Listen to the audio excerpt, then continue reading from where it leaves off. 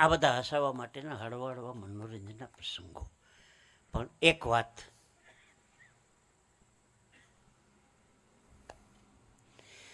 ગૌતમ બુદ્ધ, બરોબર, બહુ સારું યાદ આવ્યું.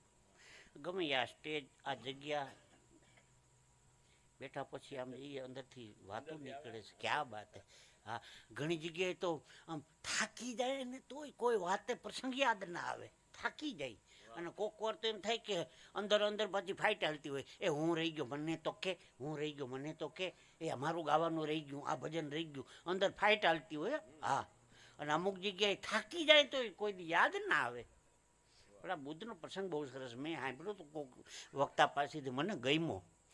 એક ગામમાં ગૌતમ બુદ્ધ પધારવાના હતા, 4-5 દિવસ રોકાવાના હતા. ગૌતમ બુદ્ધ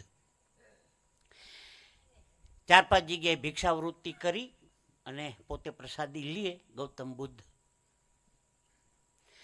પતિ પત્ની દંપતી રહેતા હતા ગામમાં. પતિદેવને 12 ગામ જવાનું થયું એટલે પત્નીને કીધું કે ગૌતમ બુદ્ધ પધારવાના છે આપણા ગામમાં, ભિક્ષા માગવા માટે આપણા ઘરે આવવાના છે, પણ ભિક્ષા આપવાની નથી, ના પાડી દેવાની છે. આ પ્રસંગ બહુ ધ્યાનથી સાંભળજો. ના પાડી દેવાની, ભિક્ષા દેવાની નથી. પાકું? તો કે પાકું. પતિ પરમેશ્વર, તમારે વાતથી મારે થોડું ન આપવું. પતિદેવ 12 ગામ નીકળી ગયા. ગૌતમ બુદ્ધ બપોરે 12 વાગે ભિક્ષાન દેહી. બેને હાથ જોડી વિનંતી કરી, આપ પધાર્યા છો, અમારું આંગણું પાવન કર્યું, પણ આપને આપી શકાય એવું અમારા ઘરમાં કાંઈ નથી, ક્ષમા કરજો. બુદ્ધ નીકળી ગયા શાંતિથી.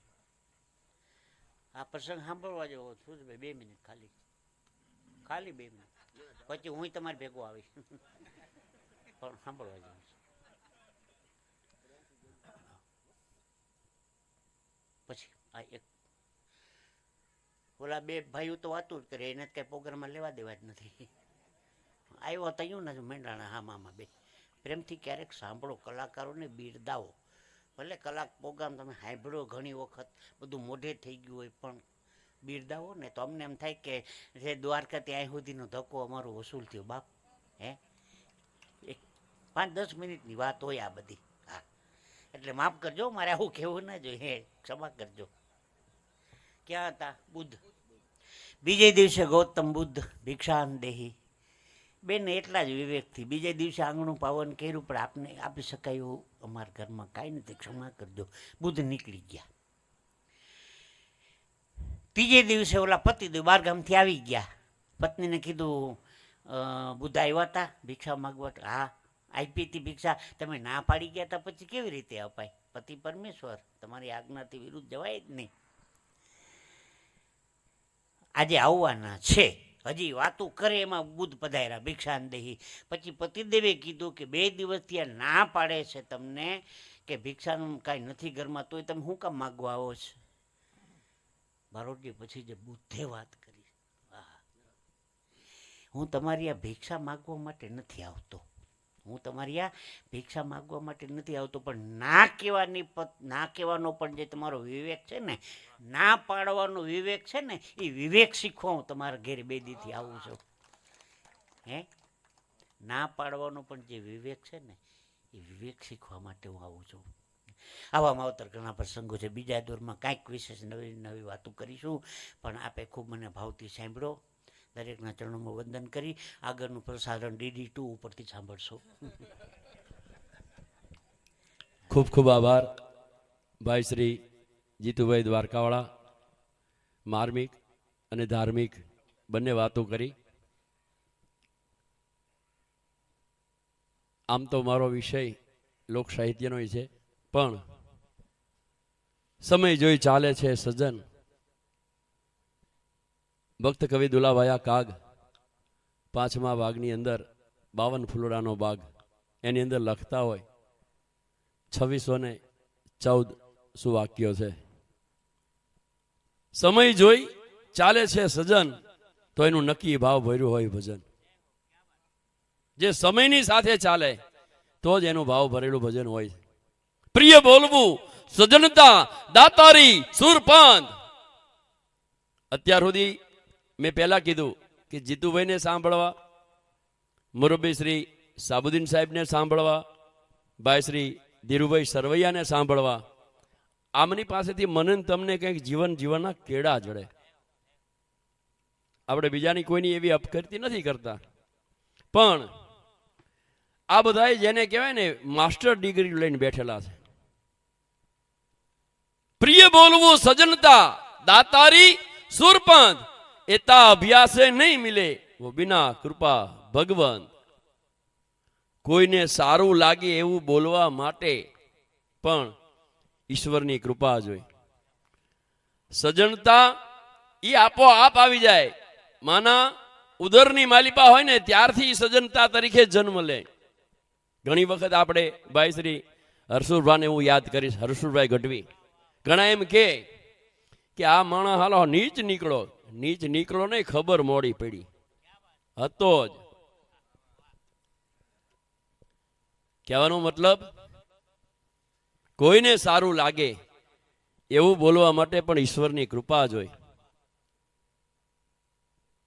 રેલવે ટ્રેનની અંદર મુસાફરો મુસાફરી કરતા જ હોય, પણ એક નાનું સ્ટેશન આવ્યું જ્યાં 2 જ મિનિટ ટ્રેન રોકાતી હતી, અને એમાં એક સુરદાસ હાથની માલિપા ટકટકિયા લઈને વગાડતો જાય, ભજન ગાતો જાય, અને એમાં ઉપરની સીટ ઉપર, સિટિંગ સીટ ઉપર સૂતેલો એક મુસાફર એને પોતાના ખીચામાંથી 10 રૂપિયા કાઢી અને નીચે જે બેઠો હતો સીટમાં એને કીધું કે આ 10 રૂપિયા સુરદાસને પહોંચાડી દો ને. સુરદાસને પહોંચાડી દીધા. એટલે સુરદાસે કીધું આપનારનું ભલું થાય, એના ભંડાર કાયમ ભર્યા રહે. તો જે દેવા વાળો હતો ને વચ્ચે એને કીધું મેં નથી દીધા, આ તો ઉપરની સીટ જે સૂતા છે ને એમને આપ્યા. આ તો ઈ ઉપર સૂતા હતા એટલે નીચે નહોતા ઉતરી શકતા.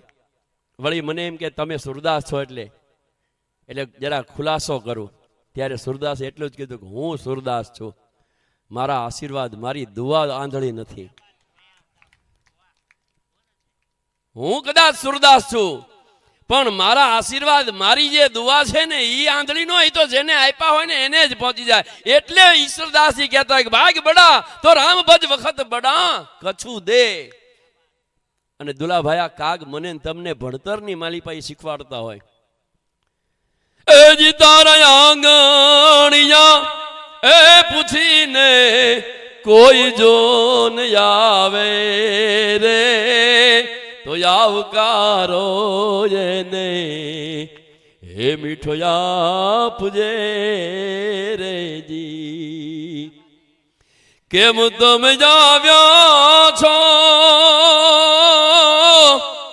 આવું નવ કે જે રે કેમ તમે આવ્યા છો આવું નવ કે જો રે એજીને ધીરે રે એ ધીરે તું બોલવાને દેજે રે આવકારો જેને મીઠો આપજે રે. આ લોક સાહિત્ય મારે તમારે ભણવામાં આવતું હતું. જે હમણાં મુરબ્બી જીતુભાઈ જે કીધું ને બુદ્ધની વિવેક શીખવાની વાત, લોક સાહિત્ય મને તમને વિવેક શીખવાડે છે. કેમ તમે આવ્યા છો આવું ન કહેતો, એને આવકારો દે મીઠો બસ. પણ વળી પાછા આપણે જેની આતુરતાથી આપણે રાહ જોવી છે. ભારે પરચો મેં આજ ભાળિયો માતાજી તારો, ભારે પરચો મેં ભાળિયો આજો ઢળક ભરજો રે આભલાનો માડી તારો 400 ચોખલિયાળો.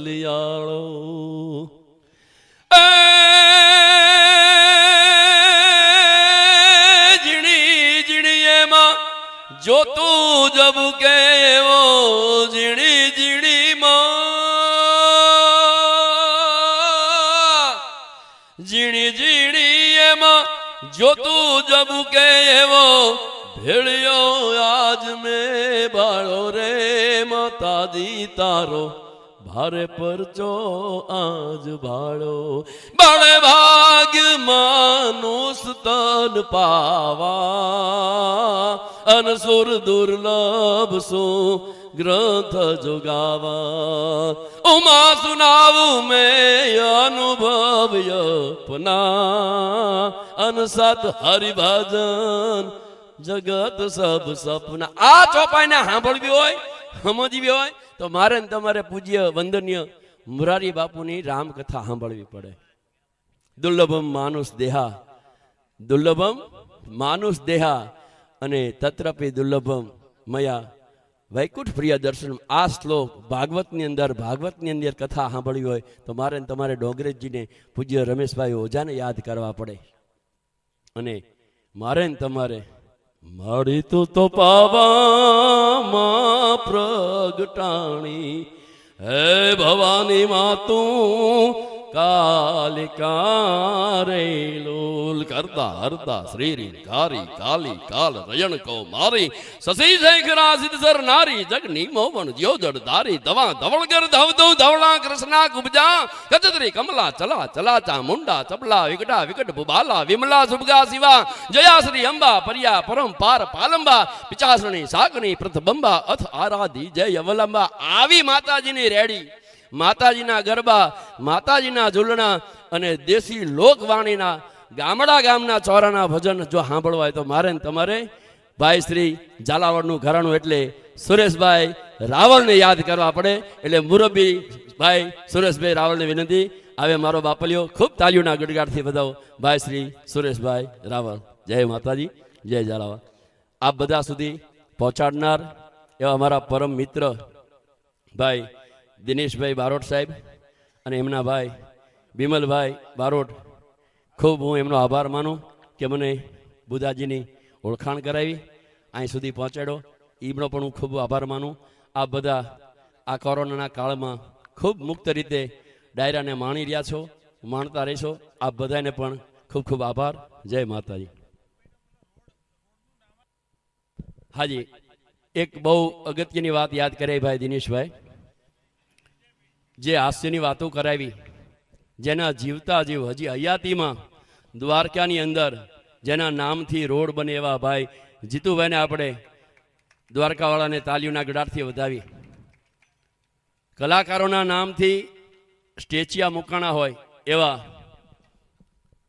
મહુવાની અંદર લોક સાહિત્યનું ઘરેણું એટલે દુલાભાઈ કાગનું સ્ટેચ્યુ મુકાણું.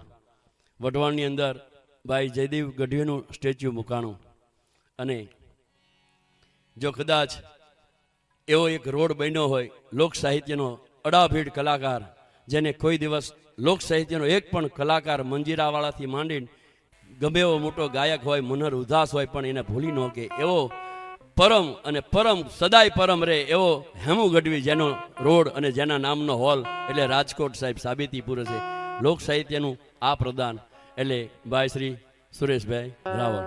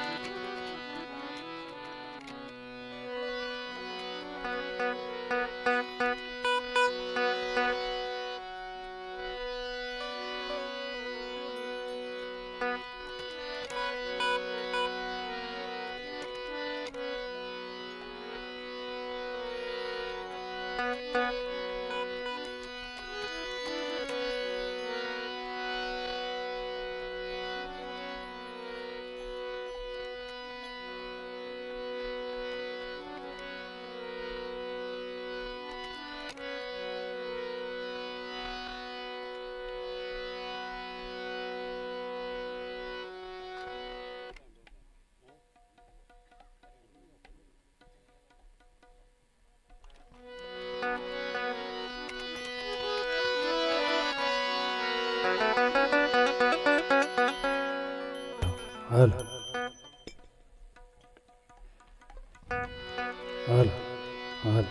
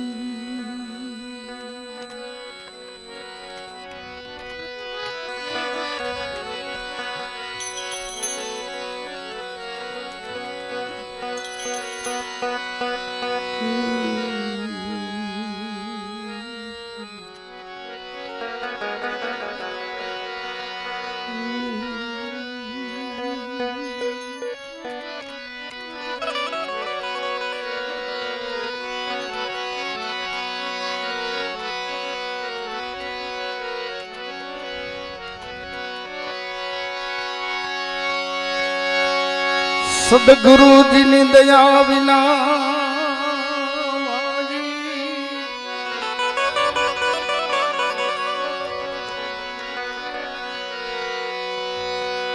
સપને મળે સત્સંગ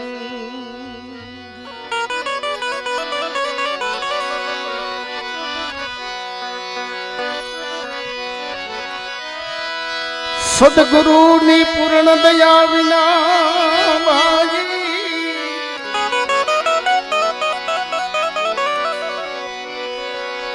એ સપને મને સત્સંગ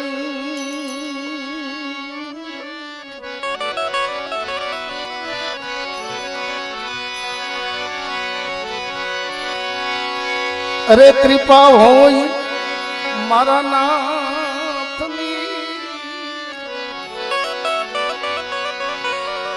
ચડે ભક્તિનો રંગ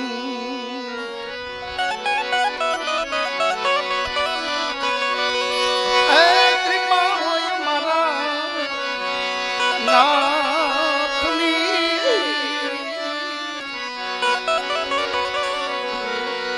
ચડી જાય ભક્તિનો રંગ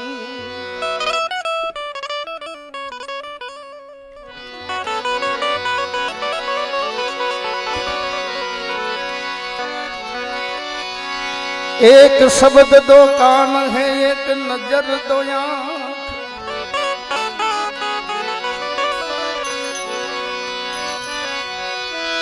एक शब्द दो कान है माई एक नजर दो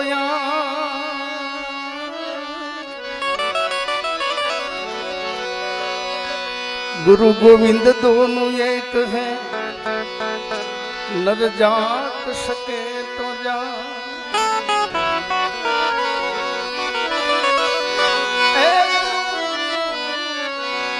गोविंद दोनों ये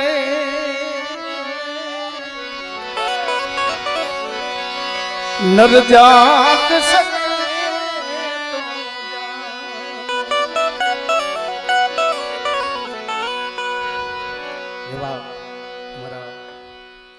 તો દાદાએ મોજ કરાવી જયમતભાઈ દવે એને પણ જમાવટ કરી શિવ મહારાજને યાદ કર્યા ભગવાન ભોળિયાનાથને યાદ કર્યા અમારા બાપા તો જૂનું નાણું